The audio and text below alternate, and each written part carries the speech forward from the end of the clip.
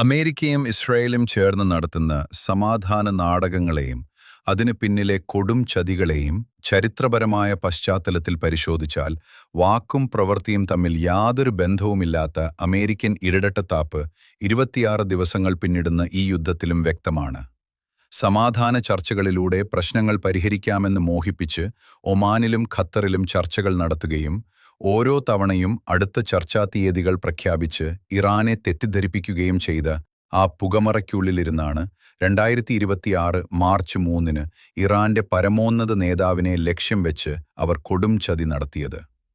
ഊർജ ആണവ കേന്ദ്രങ്ങളിലേക്കുള്ള ആക്രമണം ഒരു 10 ദിവസത്തേക്ക് നീട്ടിവെച്ചിരിക്കുന്നു എന്ന് ആവർത്തിച്ചു പ്രഖ്യാപിച്ച് വിശ്വസിപ്പിച്ച ട്രംപ് ഭരണകൂടം ആ വാഗ്ദാനങ്ങളെല്ലാം കാറ്റിൽ പറത്തി തൊട്ടടുത്ത നിമിഷം തന്നെ ഇസ്രായേലിനെ കൊണ്ട് അതിശക്തമായ മിസൈൽ ആക്രമണങ്ങൾ നടത്തിച്ചു.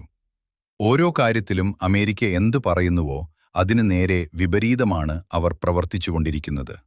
സമാധാനം വാഗ്ദാനം ചെയ്ത് ആയുധം ഉപേക്ഷിപ്പിച്ച ശേഷം മുഅമ്മർ ഗദ്ദാഫിയെ ചതിച്ചുകൊന്ന ലിബിയൻ ചരിത്രവും പരിശോധനകളുടെ മറവിൽ സദ്ദാം ഹുസൈനെയും ഇറാഖിനെയും തകർത്ത അമേരിക്കൻ വഞ്ചനയും നന്നായി അറിയുന്ന ഇറാൻ അവരുടെ ഒരു ഉടമ്പടിയും കരാറും ഇപ്പോൾ മുഖവിലക്കെടുക്കുന്നില്ല. എന്നാൽ മറുഭാഗത്ത് തങ്ങൾ എന്തു പറയുന്നുവോ അത് പ്രവർത്തിച്ചു കാണിക്കുന്ന നിലപാടാണ് ഇറാൻ സ്വീകരിക്കുന്നത്.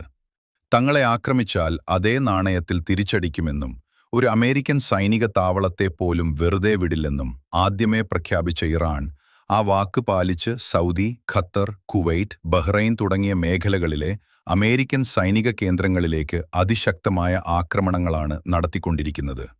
യുദ്ധം തുടങ്ങുന്നത് നിങ്ങളായിരിക്കാം, പക്ഷേ അത് അവസാനിപ്പിക്കുന്നത് ഞങ്ങളായിരിക്കും എന്ന ഇറാന്റെ മുന്നറിയിപ്പ് ഇന്ന് യുദ്ധക്കളത്തിൽ യാഥാർത്ഥ്യമാവുകയാണ്.